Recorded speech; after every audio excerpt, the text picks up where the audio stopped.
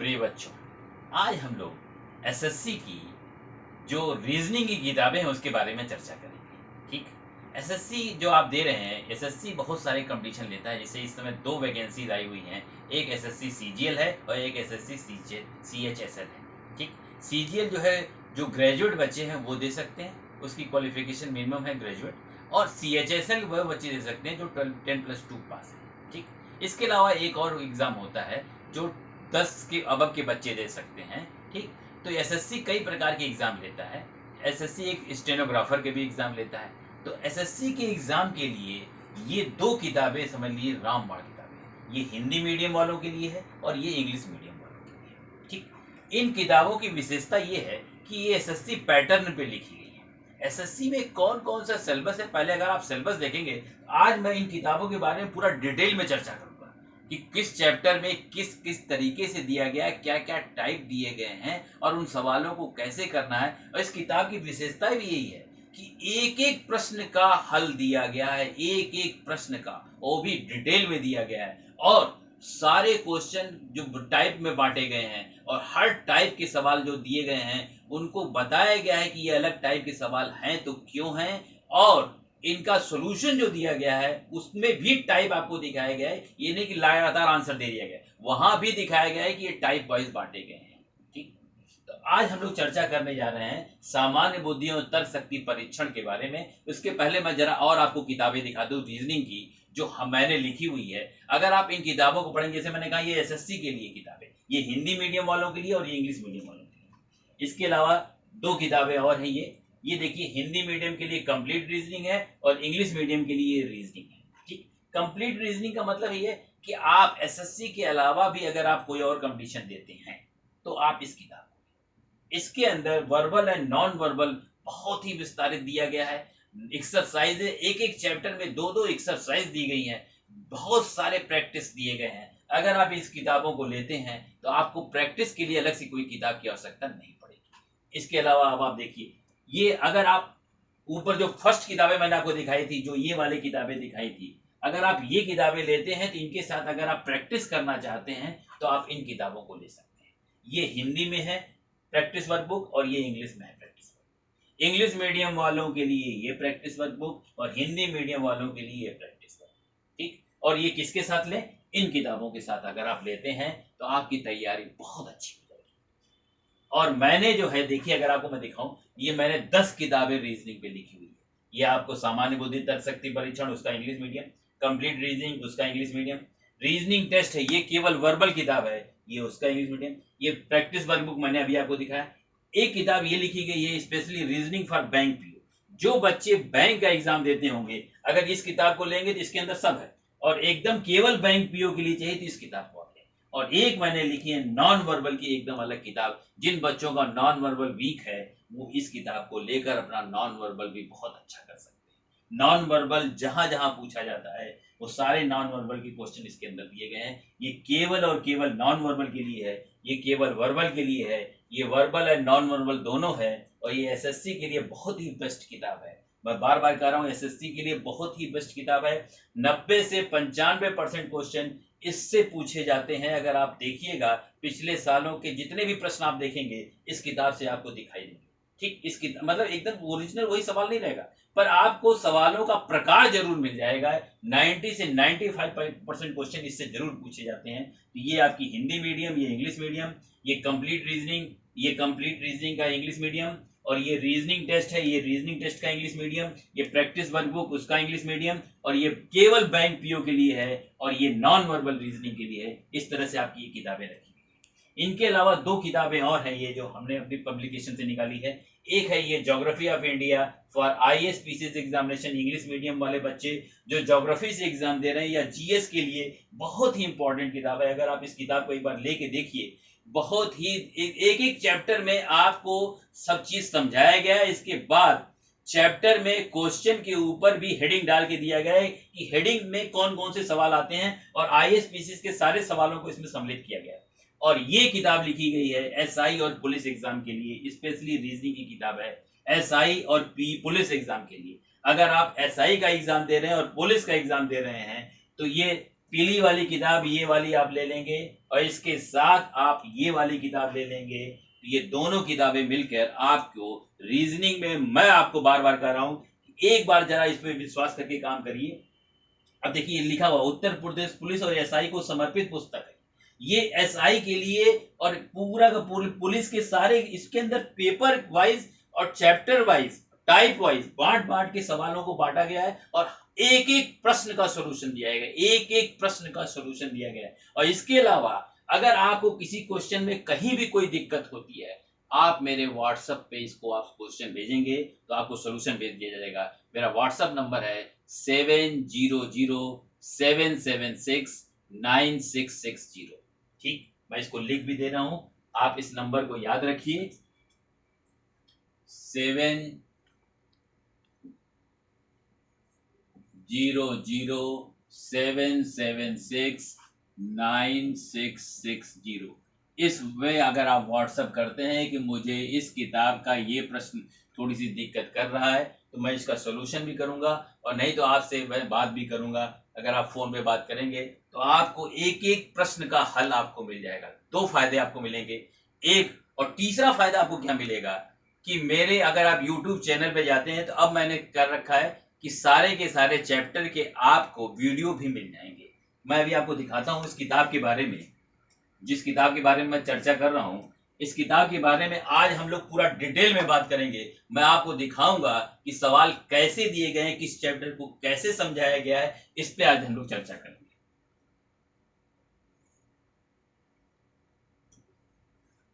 ये देखिए, ये सामान्य बुद्धि एवं तर्क शक्ति परीक्षण का ये आपका देखिए क्या है, विषय सूची है। ठीक, सादृश्यता परीक्षण, वर्गीकरण, श्रेणी क्रम, सांकेतिक भाषा परीक्षण, वर्णमाला परीक्षण, शब्द निर्माण, दिशा परीक्षण, रक्त संबंध, क्रम परीक्षण, क्रम व्यवस्था, शब्दों का तार्किक क्रम, गणितीय संक्रियाएं, असमानता। असमानता जो है एसएससी की मुख्य परीक्षा में पूछा जाता है। अंकगणितीय तर्क शक्ति, औबंधिक संख्या अक्षर ज्ञात करना, लुप्त संख्या अक्षर ज्ञात करना, तार्किक वेन आरेख। ठीक, न्याय निगमन, न्याय निगमन के सवाल जरूर पूछे जाते हैं। कथन एवं निष्कर्ष, कैलेंडर, घड़ी, पासा, घन और घनाभ। और इसके बाद आकृति विभाजन, इसी को, आकृति विभाजन को ही कुछ किताबों में काउंटिंग ऑफ फिगर भी कहा जाता है। ये काउंटिंग ऑफ फिगर, इसी प्रकार यहाँ पे याद रखिएगा, जहां पर आप ये देख रहे हो क्रम व्यवस्था। ठीक, इसी को, क्रम व्यवस्था को भी क्रम परीक्षण, जो क्रम परीक्षण एक अलग। हम लोग सामान्य बुद्धि और तर्क शक्ति परीक्षण की विषय सूची को अगर ध्यान से देखें तो एक ये चैप्टर जो आपको दिख रहा है क्रम व्यवस्था, ये मेरी किताब में क्रम व्यवस्था के नाम से है। कहीं कहीं ये चैप्टर सीटिंग अरेंजमेंट के नाम से दिखता है, तो seating arrangement and order test एक ही है।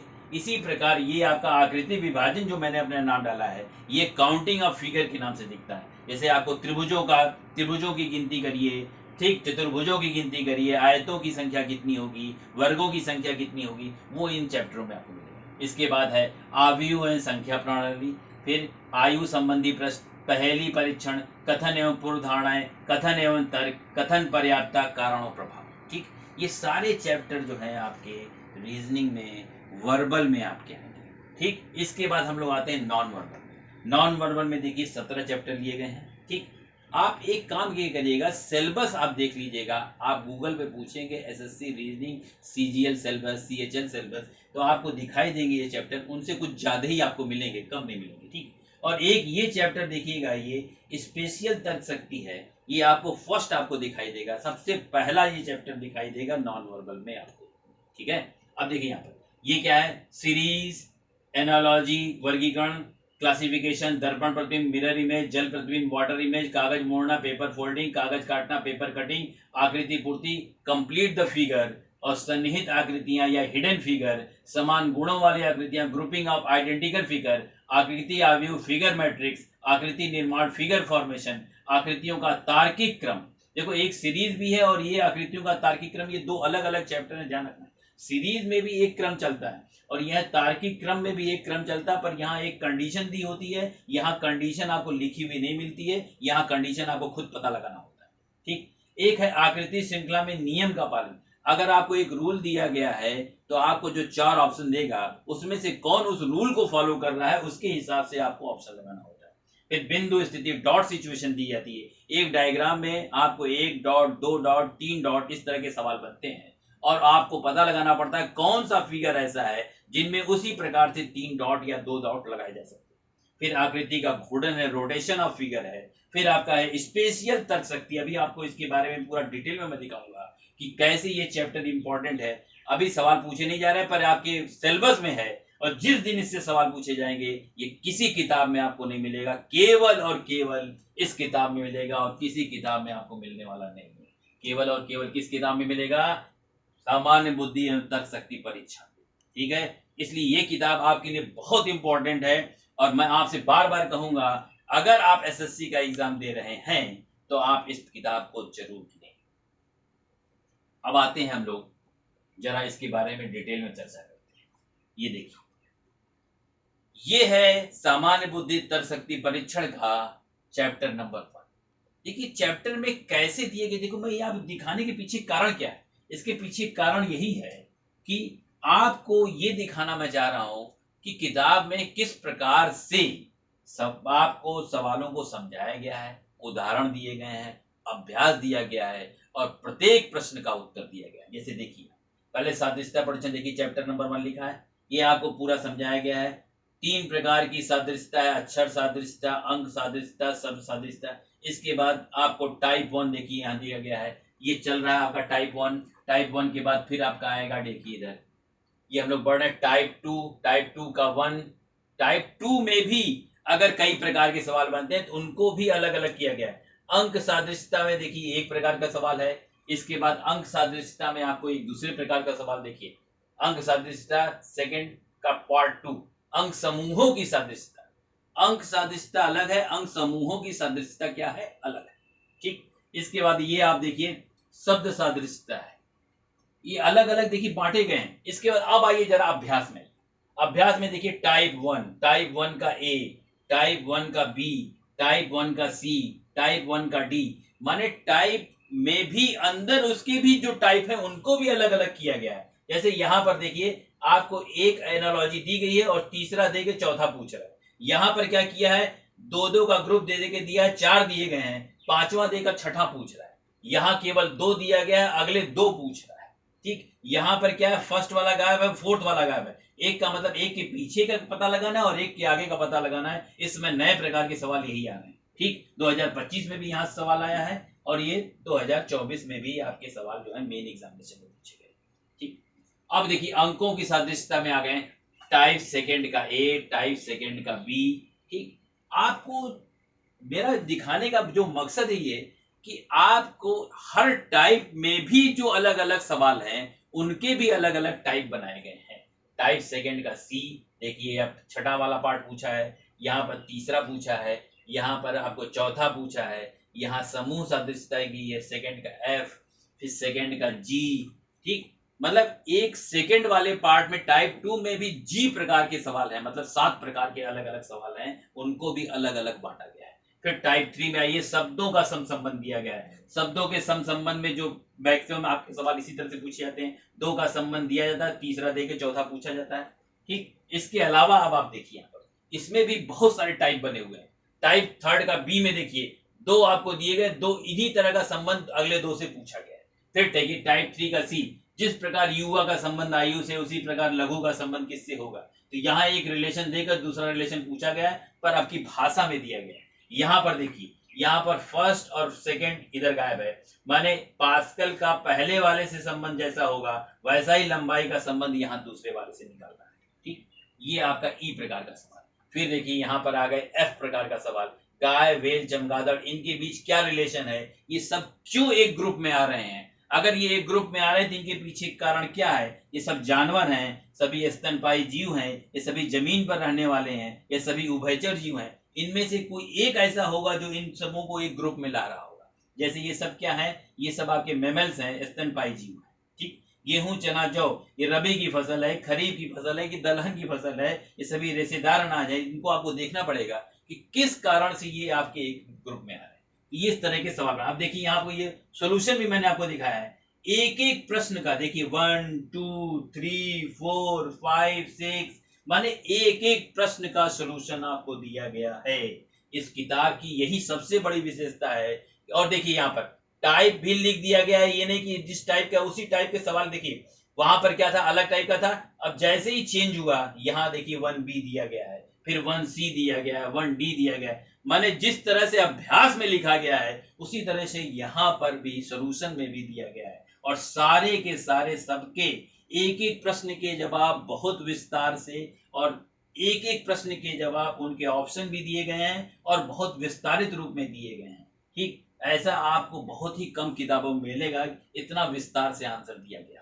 ठीक, अब देखिए यहाँ पर टाइप सेकंड का पी, पूरी संख्या को उलट कर लिखा गया है। देखिए 416 का 614, ये लिख के भी दे दिया है, ये नहीं कि केवल लिख दिया 416 614, ये लिख के दिया है कि उलट कर लिखा गया है, ताकि वो बच्चा भी समझ जाए जो न समझ पाने वाला हो। पूरे लिख, कहीं कहीं लिख के भी दे दिया है, जब पहली संख्या दूसरी संख्या का घन है, देखिए लिख के भी दिया है और घन दिखा भी दिया है। मैंने आपको रिटन में भी दे रहा है और समझा भी रहा है, ये दोनों काम कर रहा है। यहाँ देखिए सेकंड का सी, सेकंड का डी, हर टॉपिक पर आप ऊपर हेडिंग भी देखेंगे, ये भी समझ में आपके आ जाएगा कहाँ का उत्तर है। और एक एक प्रश्न आप चाहें तो देख लिए लगातार, कोई भी बीच में गैपिंग आपको नहीं दिखेगी। 131, 132, 133, 134, 135, 36, 37, 38, 40, 40, 41, माने एक भी गैपिंग नहीं है। हर प्रश्न का जवाब आपको दिया गया है, और हर प्रश्न के जवाब के ऊपर टाइप अगर अलग हो रहा है तो हर टाइप को भी लिख दिया गया है। टाइप, अब देखिए ये सभी स्तनपायी जीव हैं, ये सभी रबी की फसलें जो मैंने आपको दिखाया था। ठीक, हर चीज एक लाइन से दी गई है। अब हम लोग इस किताब के एक दूसरे चैप्टर को मैं आपको दिखाता हूँ, सांकेतिक भाषा परीक्षण। ये चैप्टर नंबर 4 है। लेकिन है तो चैप्टर नंबर 4, आपको दिखाने के लिए, देखो मेरा मेन मकसद क्या है कि आपको ये बताना कि किताब के अंतर्गत चैप्टर को कैसे दर्शाया गया है, किस तरह से बच्चों को बताया गया है, किस तरह से सॉल्यूशन दिया गया है, किस तरह से टाइप वाइज सवालों को बांटा गया है, और आपके सवाल कहाँ कहाँ पूछे गए हैं, ये सारी चीज़ें इसमें किताब में है। ठीक, सबसे पहले चैप्टर के बारे में आपको डिटेल में बताया जाता है कि ये चैप्टर क्या है। सांकेतिक भाषा परीक्षण के अंतर्गत किसी भाषा को पूर्ववत, फिर सांकेतिक भाषा परीक्षण के अंतर्गत बेसिक चीज़ें क्या हैं उनके बारे में बताया गया है। किस तरीके से आप जो है अक्षरों की पोजीशन याद करेंगे उनके बारे में बताया गया है। किस तरीके से आप उनके अपोजिट लेटर निकालेंगे उनके बारे में बताया गया है। किस तरीके से आप जेड के बाद कौन सा अक्षर आएगा इसके बारे में, या ए बी सी डी की तरफ हैं उनसे जेड की तरफ आना होगा, उनके बारे में किस तरीके से निकालेंगे इनके बारे में बताया गया है। ठीक, तो आपको सवालों के करने से पहले सबसे पहले पूरे चैप्टर के बारे में डिटेल में बताइए। अब इसके बाद अभ्यास पे आते हैं, तो सबसे पहले आपको ये दिखाया गया है A1 अक्षरों का कोड अक्षरों के रूप में, और उसमें अक्षरों की कोडिंग भी आप देखिए। एक तो पहली बात ये हेडिंग बनी अक्षरों का कोड अक्षरों के रूप में, माने आप अक्षरों का कोड अक्षरों के रूप में देखेंगे, उसके अंतर्गत भी आपको टाइप वाइज बना दिया गया है कि बढ़ते क्रम में, घटते क्रम में, बढ़ते और घटते दोनों क्रम में विपरीत लिए गए हैं। ये सब आपको यहाँ पे दिखाया गया। देखिए यहाँ पर ये +5 +5 +5, माने केवल एक नंबर आगे बढ़ रहा है, सब अक्षर एक एक बढ़ रहे हैं। यहाँ पर आप देखिए 1 2 3 4 माने बढ़ते क्रम में बढ़ रहा है। यहाँ पर देखिए 6 5 4 3 2 1 माने यहाँ पर भी एडिंग हो रही है अक्षरों की, पर घटते क्रम।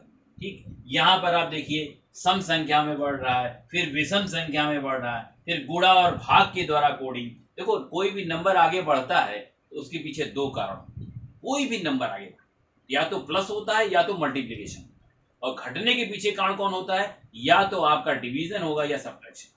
ठीक, तो कभी कभी आप ध्यान से देखिएगा कि नंबर आगे बढ़ रहा है तो जरूरी नहीं है कि वो एडिशन ही हो, कभी कभी वो मल्टीप्लिकेशन भी हो सकता है, इस बात का ध्यान रखिएगा। इसी प्रकार अगर नंबर घटे तो जरूरी नहीं है कि वो केवल सब्ट्रैक्शन हो, डिवीजन पे भी विचार कर लीजिएगा। डिवीजन के भी सवाल आते हैं, सब्ट्रैक्शन के भी सवाल आते हैं। अक्षरों की कोडिंग घटते क्रम में, ठीक, घटते क्रम में भी दिया, बढ़ते क्रम में भी दिया, गुणा में भी दिया, भाग में भी दिया। इसके बाद देखिए घटते हुए आरोही और अवरोही क्रम में, आरोही और अवरोही दोनों क्रम दिया। देखिए यहाँ पर 6 5 4 3 2 1 1 2 3 4 5। ठीक, अब यहाँ देखिए अक्षरों की कोडिंग क्रम व्यवस्था में घटते और बढ़ते मिश्रित, माने घट भी रहा और बढ़ भी रहा है। ठीक, नंबरिंग आपकी हो सकता है, नंबरिंग देखिए जैसे यहाँ पे लिखा +3 -3 +3 सेम नंबर की हो, और कभी कभी इनको बढ़ते क्रम में देगा +1 -2 +3 -4।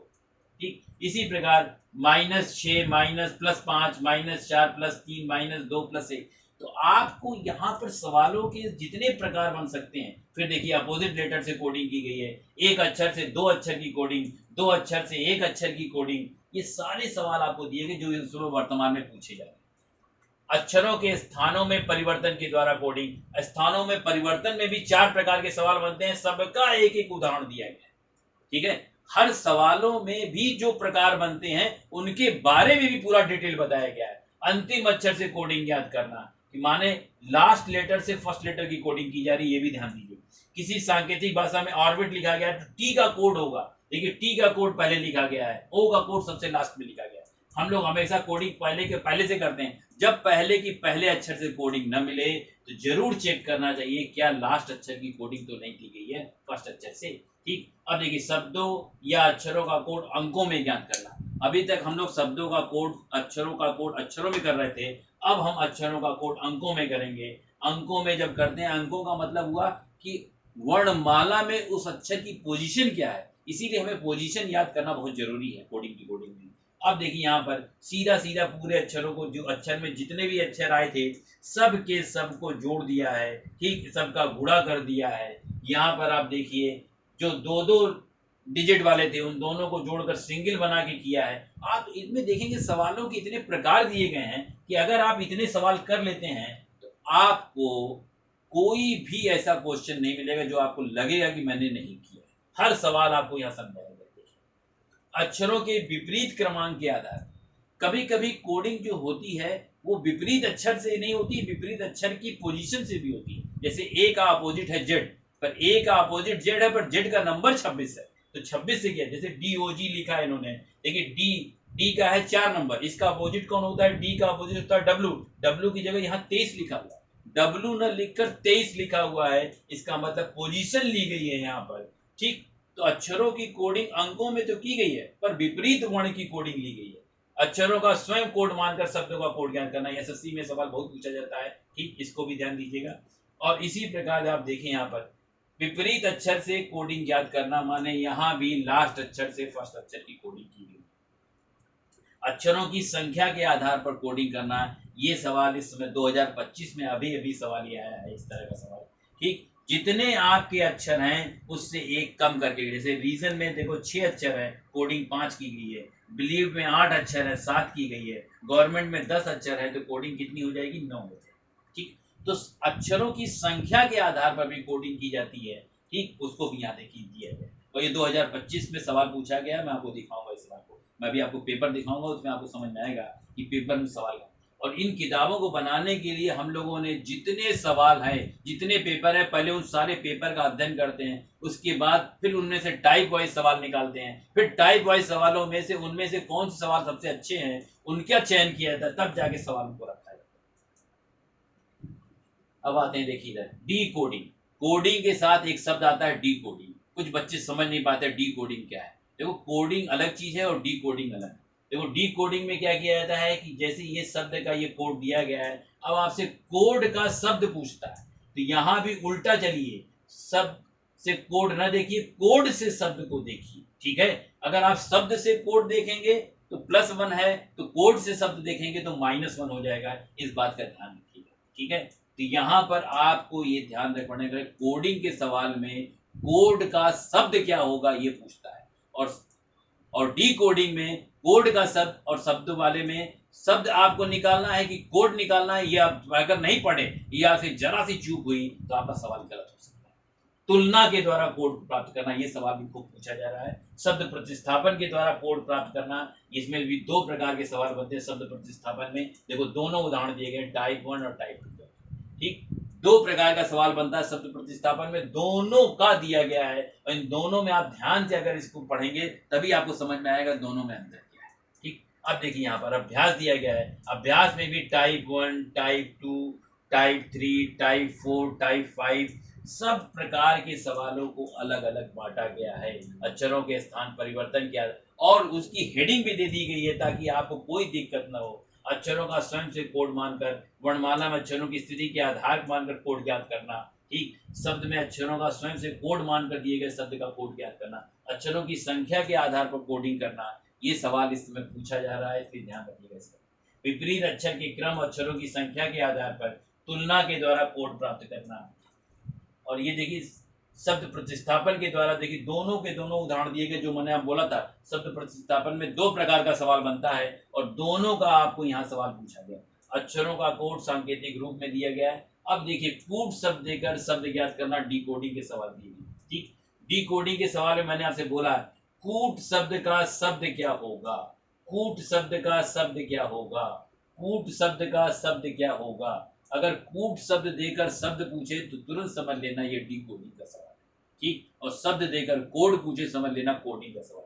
अब इसके बाद इनके व्याख्यात्मक हल दिए गए हैं। व्याख्यात्मक हल में देखिए पूरा डिटेल में दिया गया है और साथ देखो डायग्राम बना के भी दिया गया है, कितना बढ़ रहा है ये भी लिखा गया है। और आपको दूसरी चीज क्या किया है, टाइप वाइज भी इसमें बांट के दिया गया है किस सवाल का जवाब क्या, और एक एक प्रश्न के आंसर दिए गए। आप ध्यान से देखिए 28, 29, 30, 31, कोई भी ऐसा नहीं है जिसका आंसर आपको नहीं मिलेगा।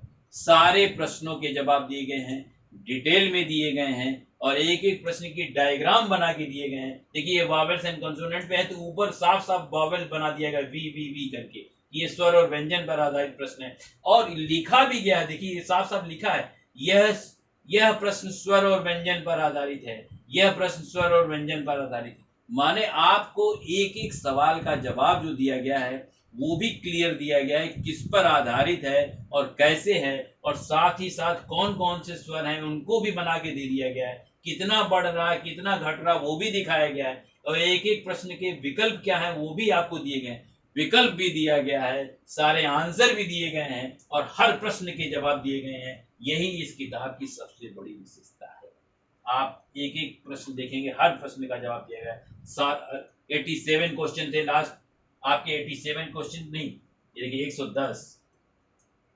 110 सवाल थे, 110 सवालों के जवाब दिए गए हैं। ठीक, 110 सवालों के लगातार जवाब दिए गए हैं, हर प्रश्न का जवाब दिया गया है, टोटल सवालों के जवाब दिए गए हैं। आपको अगर किसी सवाल में कोई भी दिक्कत होती है, मान लीजिए इस किताब को देने के बाद भी नहीं समझ में आया, तो आप मुझे व्हाट्सएप पे संपर्क कर सकते हैं। मैं बार बार बोल रहा हूँ, मेरा व्हाट्सएप नंबर है जो आपका 7007769660। इस पर आप सवाल भेजेंगे, क्वेश्चन नंबर करके भेजेंगे, किस एडिशन का है। ठीक, तो मैं आपको उसका जवाब जरूर दूंगा। अब देखिए इस किताब के एक चैप्टर में और लेता हूँ जिसका नाम है तार्किक वेन आरेख। तार्किक वेन आरेख में भी आप ध्यान दीजिएगा, जो नए सवाल आ रहे हैं उनको कैसे सम्मिलित किया गया है उसको आपको मैं दिखाना चाहता हूँ। ये देखिए आपको पहले दिया गया है कि कैसे कैसे समुच्चय होते हैं, उनके बीच आपस में क्या संबंध होता है, पहले उनको समझाया गया है। कितने प्रकार के होते हैं, टाइप 1, टाइप 2, टाइप 3, इस तरह से जितने समुच्चयों के प्रकार हैं पहले उनको समझाया गया है। इसके बाद ये आपको दिखाया गया है कि सवालों के प्रकार क्या बनते हैं। जैसे टाइप 1A, देखिए ये क्या सवाल बन रहे हैं, ये सबसे पहले इस तरह के सवाल आते हैं। अब इसके बाद एक सवाल ये आने लगा है, ये टाइप 1B। अब आपको क्या करेगा, डायग्राम दे देगा और नीचे 4 ऑप्शन दे देगा, जस्ट उसका उल्टा। इससे पहले क्या करता था, आपको ये शब्द देता था और डायग्राम बोलता था कौन सा डायग्राम चूज करना है। अब उल्टा सवाल बन रहा है। देखिए एसएससी सीजीएल, देखिए सब पूछे हुए एसएससी सवाल हैं। आपको क्या करेगा, अब डायग्राम दे देगा और कौन सा शब्द जो है इस डायग्राम को सही तरीके से रिप्रेजेंट करेगा ये बताना पड़ेगा, जस्ट उसका उल्टा। तो ये देखिए ये अब 4 और 5, पहले अभी तक आते थे 3 शब्द, अब 4 और 5 शब्दों का भी आने शुरू हो गया है। ये आपको इसमें दिखाया गया, माता पिता पुत्रियां महिलाएं। देखिए इनमें से कौन सा डायग्राम इन 4 शब्दों को रिप्रेजेंट करता है। माने अब 4 सर्किल और 5 सर्किल से भी सवाल आने शुरू हो गए। इसके बाद इसमें एक तीसरा टाइप आता है जिसे हम लोग वेन आरेख कहते हैं। और देखिए आंसर भी आपको किस प्रकार से दिए गए इनको भी मैं आपको दिखाऊंगा। ये टाइप 4 है आपका, जो डायग्राम के सवाल बनते हैं, 2 या 3 वो सब्जेक्ट रहते हैं उनके बारे में सवाल देता है। अब यहाँ पे आइए, ये देखिए टाइप 1A का ये आंसर दिया गया है, फिर टाइप 1B का आंसर दिया गया। देखिए और साथ साथ देखिए क्या क्या, मतलब आपके लिए पूरा एक तरीके से पूरा बना, हर सर्किल के अंदर शब्दों को भी लिख दिया गया है, साथ साथ समझा भी दिया गया है कि क्यों लिखा गया है, और हर प्रश्न का जवाब दिया गया है।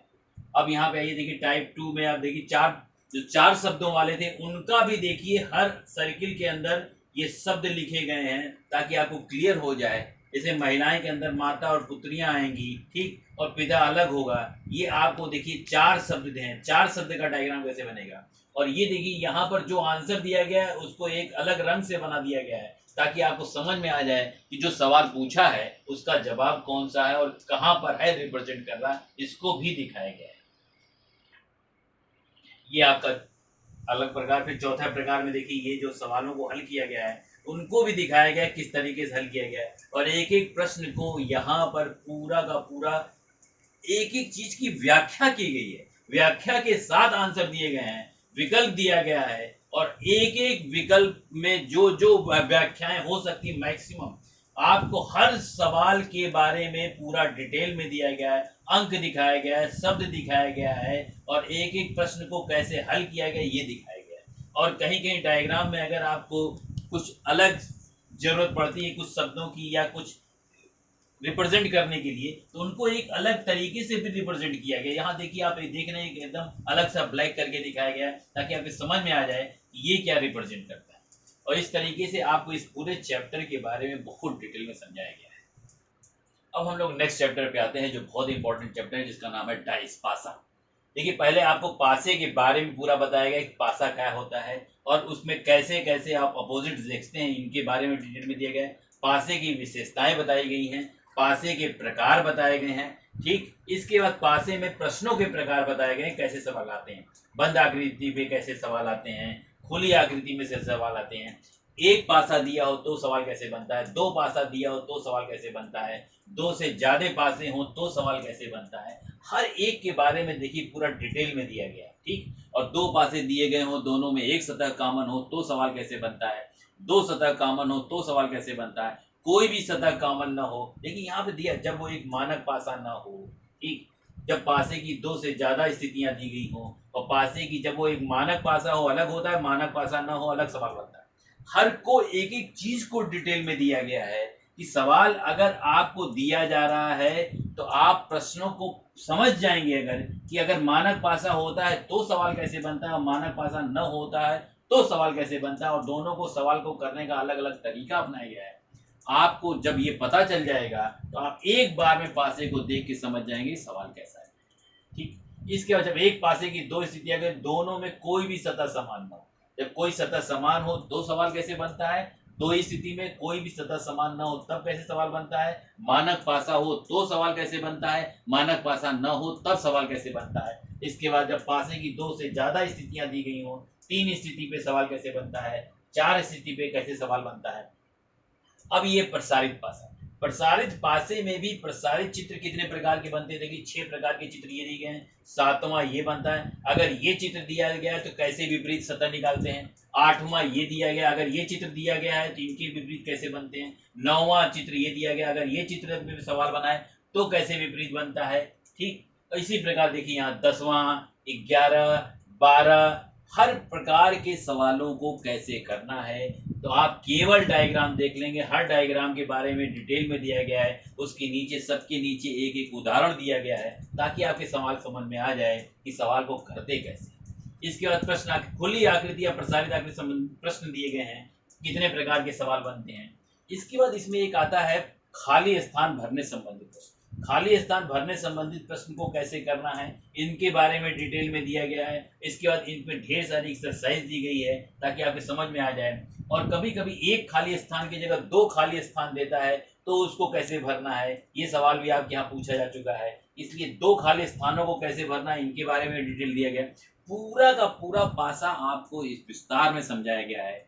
एक पासा दो पासा दे, मानक पासा दे, मानक पासा न हो, दो से ज्यादा स्थितियां हो, तीन हो, चार हो, ठीक। प्रसारित पासे से संबंधित प्रश्न, इसके बाद पासे में भरने से संबंधित प्रश्न, एक स्थान भरना हो, दो स्थान भरना हो। इसके बाद सबके आप देखिए यहाँ पर आपको अभ्यास दिए गए, एक पासा, दो पासा, प्रसारित पासा, ठीक। प्रसारित पासे के बाद खाली स्थान को भरने वाले सवाल भी देखिए, हर पे सवाल आया। देखिए प्रसारित पासे में हर प्रकार का सवाल दिया गया है, ठीक। इसके बाद देखिए ये आपकी यूपीएसआई में एक अलग प्रकार का सवाल आया था, ये दो खाली स्थान केवल दो भर के दिया था कि अगर ये वाला हो तो ये कौन सा पासा इसमें से हो सकता है, और दो स्थान को भरने वाला सवाल, एक स्थान को भरने वाला सवाल, सारे सवाल आपको दिए गए हैं। और सबके देख रहे हैं आप, सबके आंसर एकदम डिटेल में दिए गए हैं और सब एक एक प्रश्न के आंसर दिए गए हैं। और अगर वो कोई विकल्प संभव नहीं है तो उसके बारे में भी लिखा गया है कि ये क्यों संभव नहीं है, और जो संभव है उसके बारे में भी डिटेल में लिखा गया है कि ये संभव है तो क्यों संभव है। और अगर देखिए, और ये भी लिख दिया गया है कि कौन सा सवाल किस प्रसारित चित्र पर आधारित है, इसके बारे में भी बताया गया है और तब जाके सवाल को हल किया गया है। ये प्रसारित चित्र 10 पर आधारित है, 9 पर आधारित है, 8 पर आधारित है, ये सब अलग अलग टाइप के सवाल बना बना के दिए गए हैं। ठीक। और इसके अलावा देखिए, भरने वाले सवालों को कैसे करना है, कैसे प्रसारित करना है, कैसे भरना है, इनके बारे में पूरा डिटेल दिखाया गया है। आप जब इस किताब को पढ़ेंगे तो पूरा आपको समझ आ जाएगा। और अगर इसके बावजूद आपके समझ में नहीं आए तो आप मेरे चैनल, यूट्यूब चैनल पे जाके इसको देख सकते हैं, रोजगार विद केपी सिंह पे। पासे पे पूरा एक वीडियो बनाया गया है। अगर आप इस वीडियो को देख लेंगे तो आपको जो भी प्रश्न समझ में नहीं आ रहे होंगे वो भी समझ में आ जाएंगे। और इसके बावजूद न समझ में आए तो आप मेरे व्हाट्सएप नंबर पे अपना सवाल नंबर भेज सकते हैं, मैं आपको उसका हल भेजूंगा या सीधे आपसे बात करके उसको समझा दूंगा। ठीक है, तो आप इसको पूरा इस यूट्यूब चैनल पे इस वीडियो को जरूर देखें, जरूर का जरूर देखें। अगर आप देखते हैं तो मुझे लगता है कि आपका कोई भी प्रश्न फंसेगा नहीं। देखिए, किताब के बारे में इतना डिटेल में मैं आपको बता रहा हूं। अगला चैप्टर मैं ले रहा हूं आकृति विभाजन, जिसे हम लोग एक दूसरी किताबों में आप देखेंगे तो काउंटिंग ऑफ फिगर के नाम से रहता है। एक एक चैप्टर के बारे में कितना डिटेल में दिया गया है। देखिए, सरल रेखाओं की गिनती करना, वृत्तों की गिनती करना, त्रिभुजों की गिनती करना, त्रिभुजों में भी कितने प्रकार के सवाल बनते हैं, उनकी क्या क्या ट्रिक्स है, आपको हर एक ट्रिक के बारे में डिटेल में दिया गया है। यहाँ पर हर एक प्रकार के सवालों के बारे में डिटेल में दिया गया है। ठीक। देखिए, त्रिभुज में कितने प्रकार से सवाल बनते हैं और इनमें कितने कितने त्रिभुज बनते हैं, हर एक त्रिभुज के बारे में पूरी जानकारी दी गई है। ठीक। त्रिभुजों की संख्या कैसे आप जल्दी से ज्ञात कर लेंगे, इसके बारे में आपको ट्रिक्स दी गई है। हर ट्रिक के बारे में भी डिटेल में दिया गया है कि ये ट्रिक कब कब लगेगी, कब कब नहीं लगेगी, इसके बारे में भी बताया गया है। ये नहीं कि ये ट्रिक जनरलाइज कर देंगे, जहां चाहेंगे वहां लगा देंगे, कब लगेगी और कब नहीं लगेगी इसके बारे में बताया गया। अब देखिए, वर्गों की गिनती करना। ठीक। वर्गों की गिनती करना, फिर त्रिभुजों की गिनती करना और वर्गों की गिनती करना, अलग अलग सवाल बनते हैं। वर्ग वाले में कभी कभी आयत पूछता है, वर्ग पूछता है, चतुर्भुज पूछता है, तो यहाँ वर्गों की संख्या कैसे निकालेंगे। फिर देखिए, आपको यहाँ दिया होगा चतुर्भुजों तथा आयतों की संख्या ज्ञात करना। तो सवाल आप पढ़िएगा ध्यान से, चतुर्भुज पूछा है कि आयत पूछा है कि वर्ग पूछा है, और उसी हिसाब से अपने आंसर निकालिए। अब देखिए, यहाँ पर सवालों में भी मैंने देखिए अलग अलग सवाल बनाए, रेखाओं के अलग सवाल, फिर टाइप 2 वृत्त के अलग सवाल, कितने वृत्तों की संख्या है। फिर आप देखिए त्रिभुजों की संख्या, त्रिभुज वाले सवाल अलग अलग। ठीक। और सब एसएससी के पूछे सवाल है। ये वर्ग के सवाल अलग, फिर आयत की संख्या आपको दी होगी, देखिए यहाँ पर आयत के सवाल अलग। ठीक। फिर चतुर्भुज के सवाल अलग, और सबके आंसर विद डिटेल्स। एक एक क्वेश्चन का आंसर, कौन सी रेखा है, क्षैतिज रेखाएं कौन सी हैं, लंब रेखाएं कौन सी हैं, कुल रेखाओं की संख्या कितनी है, वृत्तों में नंबर डाल के आपको दिखाया गया है कितने वृत्त हैं और क्यों हैं, कितने वृत्तों की संख्या आपको दी है। और त्रिभुज जब बनाया गया है, त्रिभुज के अंदर भी देखिए नंबर बनाया गया है। एक खाने से बनने वाले त्रिभुज अगर अलग अलग खानों से बनते हैं, 2 खाने से बनते हैं, 2 खाने से बनने वाले त्रिभुज, 3 खाने से बनने वाले त्रिभुज, 4 खाने से, जितने खानों से, हर ब्लॉक को एक नंबर देके कितने ब्लॉक से कौन बनेगी। जहां जहां सूत्र, ट्रिकी सूत्र लग सकता है, वहां ट्रिकी सूत्र दिए गए हैं। इस सूत्रों से आप कैसे सवाल लगाएंगे। जैसे ट्रायंगल एबीसी में बनने वाले त्रिभुज, ये ए बी और सी लिया है, इसमें त्रिभुज बनेंगे 3 और 3 आधार हैं। ठीक। 1 आधार, 2 आधार और 3 आधार हैं, और 2 खाने हैं। ठीक। 1 और 2 खाने मिलकर 3 त्रिभुज ये बना, और 3 खाने हैं, 3 आधार है, इसलिए 9 त्रिभुज बनेंगे ए बी सी से, और इधर बी सी डी से भी 9 त्रिभुज बनेंगे। तो कुल त्रिभुज हमारे कितने हो गए, 18 त्रिभुज हो जाएंगे। एक एक के बारे में पूरा डिटेल में दिया गया है। ठीक। और इसके बाद हम लोग आएंगे चतुर्भुजों की संख्या में। चतुर्भुजों की संख्या में भी पूरा डिटेल दिया गया है, कैसे चतुर्भुज बनेंगे, कहाँ कहाँ से चतुर्भुज निकालें, कौन सा सूत्र लगेगा। देखिए, यहाँ पर आपको सबके सूत्र दिए गए, कैसे आप सूत्रों का प्रयोग करेंगे और कैसे चतुर्भुज निकालेंगे, इनके बारे में पूरा डिटेल दिया गया।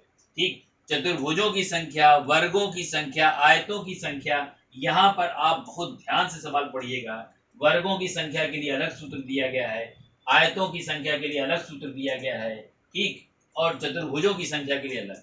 कब हम लोग चतुर्भुज निकाल के आयत उसमें से कैसे निकालेंगे, इसके बारे में डिटेल दिया गया।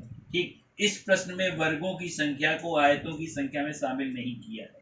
देखिए यहाँ पे भी अगर कोई आंसर में थोड़ा सा अंतर है तो उसके बारे में भी बताया गया है कि क्यों ये अंतर आ रहा है, लिया है कि नहीं लिया है। कभी कभी देखिए आप ध्यान रखिएगा, एसएससी में सवाल में विकल्प भी बहुत इंपॉर्टेंट होता है। कौन सा विकल्प लगेगा, पता चला आप निकाल रहे हैं आयत की संख्या, ठीक, वर्गों की संख्या को भी उसमें जोड़ रखा क्योंकि वर्ग भी एक आयत होता है, ठीक। पर अगर वर्ग स्पेशलाइज कर दिया है कि केवल वर्ग हमें निकालना है, तो वर्ग की एक खास बात अलग होती है। वर्ग आयत का ही रूप तो होता है, पर वर्ग में चारों भुजाएं बराबर होती हैं और आयत में आमने सामने की भुजाएं बराबर होती हैं और पैरेलल। तो ये सब चीजों का ध्यान रखना है। गणित के बारे में थोड़ी जानकारी रहती है तो आसानी से निकल जाते हैं, और इस तरह से सुबह सवाल के बारे में पूरा डिटेल में दिया गया। और अगर आप वहां से पढ़ने के बाद, किताब पढ़ने के बाद अगर आप इस वीडियो को देख लेते हैं तो आपको बहुत सारी चीजें और क्लियर हो जाएंगी, ठीक। तो इस वीडियो को जरूर देखिए ताकि आपको काउंटिंग ऑफ फिगर्स के बारे में पूरी रोचक जानकारी मिल जाए और आप आसानी से सवालों को हल कर सकें। अब हम लोग इस किताब के नॉन वर्बल वाले पोर्शन में आते हैं। अभाषिक नॉन वर्बल, इसके अंतर्गत आप देख रहे हैं 17 चैप्टर रखे गए हैं। श्रृंखला, सादृश्यता परीक्षण, वर्गीकरण, दर्पण प्रतिबिंब, मिरर इमेज, जल प्रतिबिंब, वाटर इमेज, कागज मोड़ना, पेपर फोल्डिंग, कागज काटना, पेपर कटिंग, आकृति पूर्ति, कंप्लीट द फिगर, सन्निहित आकृतियां, छिपी आकृति ज्ञात करना, हिडन फिगर, समान गुणों वाली आकृतियों का समूहीकरण, ग्रुपिंग ऑफ आइडेंटिकल फिगर्स, आकृति समूह, फिगर मैट्रिक्स, आकृति निर्माण, फिगर फॉर्मेशन, आकृतियों का तार्किक एवं लॉजिकल सीक्वेंस ऑफ फिगर्स, आकृति श्रृंखला में नियम का पालन, rule of detection of figure series, बिंदु स्थिति, डॉट सिचुएशन, आकृति का गुणन, रोटेशन ऑफ फिगर, और एक सबसे स्पेशल चैप्टर है स्पेशियल तर्क शक्ति, स्थानिक तर्क, स्पेशियल रीजनिंग, जो ये आपके एसएससी में एक विशेष चैप्टर रखा गया है जो आपको किसी अन्य किताब में नहीं मिलेगा, केवल इस किताब में मिलेगा। तो हम लोग सबसे पहले इस चैप्टर के बारे में सबसे पहले आते हैं इसके नॉन वर्बल के पहले चैप्टर में, श्रृंखला में। कैसे, देखो मेरा मेन मकसद क्या है कि आपको ये दिखाना किताब में किस प्रकार से चैप्टरों को दर्शाया गया है, किस प्रकार से ध्यान रखा गया है कि बच्चे को पूरी बात समझ में आ जाए कि चैप्टर के बारे में क्या। देखो यहाँ पर आपको जब श्रृंखला के बारे में दिया है तो कितने प्रकार के सवाल बनते हैं इनके बारे में दिया है, हर टाइप का अलग अलग सवाल दिया है, ठीक। इसके बाद अभ्यास दिए गए हैं।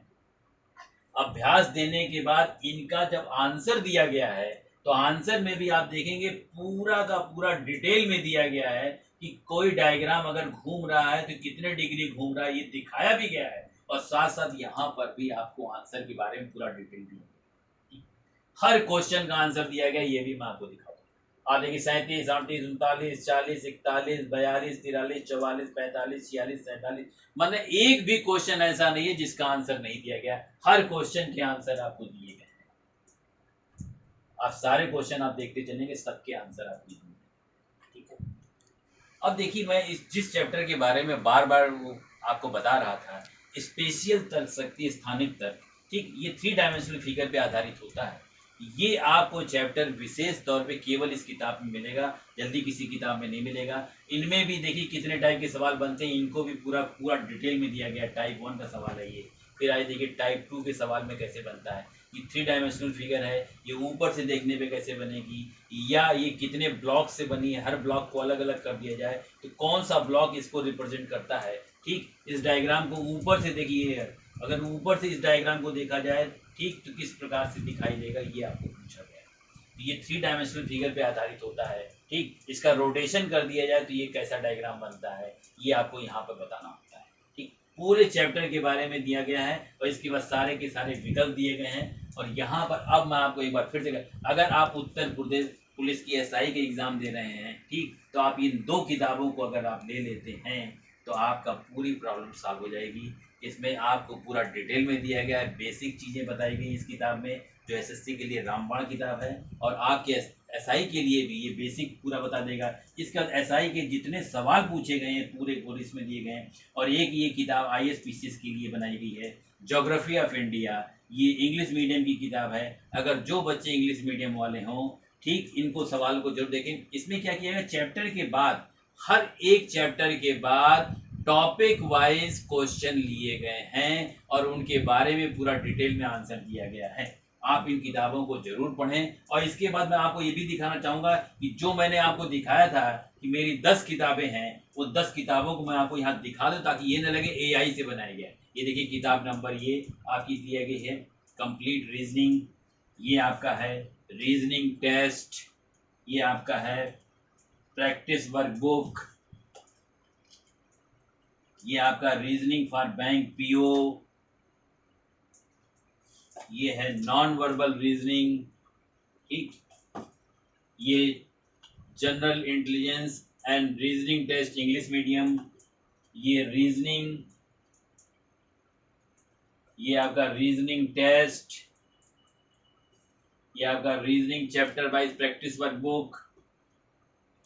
और इसके बाद आपको ये देखिए SI वाली किताब ब्रह्मास्त्र, और ये ज्योग्राफी ऑफ इंडिया, और एक किताब आपको और देखिए CUT की किताब लिखी गई है, ये CUT की किताब है।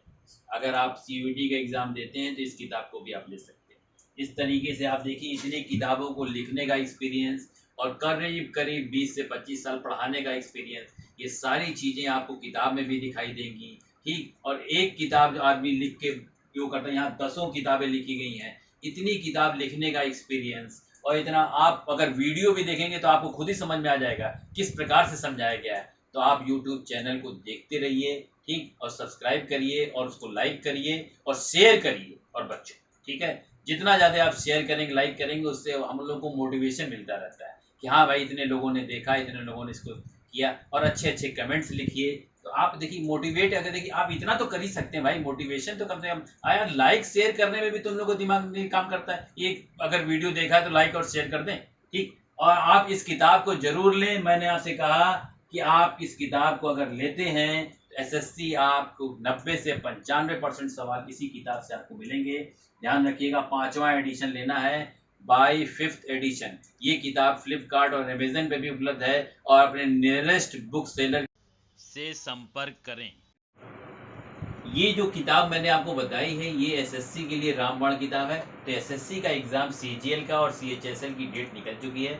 फॉर्म भरिए, किताब को पढ़िए। अगर आपको कहीं भी कोई दिक्कत होती है सीधे हमसे संपर्क करिए। मैंने आपको बार बार अपना व्हाट्सअप नंबर दे रहा हूँ 7007609660। इस पे आप संपर्क करें और मुझसे आप कोई भी सवाल इस किताब से रिलेटेड कोई फंसता है तो आप मुझसे संपर्क करें। सभी छात्रों को मेरी तरफ से ढेर सारी एग्जामिनेशन की शुभकामनाएं। आपका सिलेक्शन अवश्य होगा। अगर आप मेरी बात ध्यान सुन रहे होंगे तो मैं आपकी पूरी मदद करूंगा जहां मैं कर सकता हूं।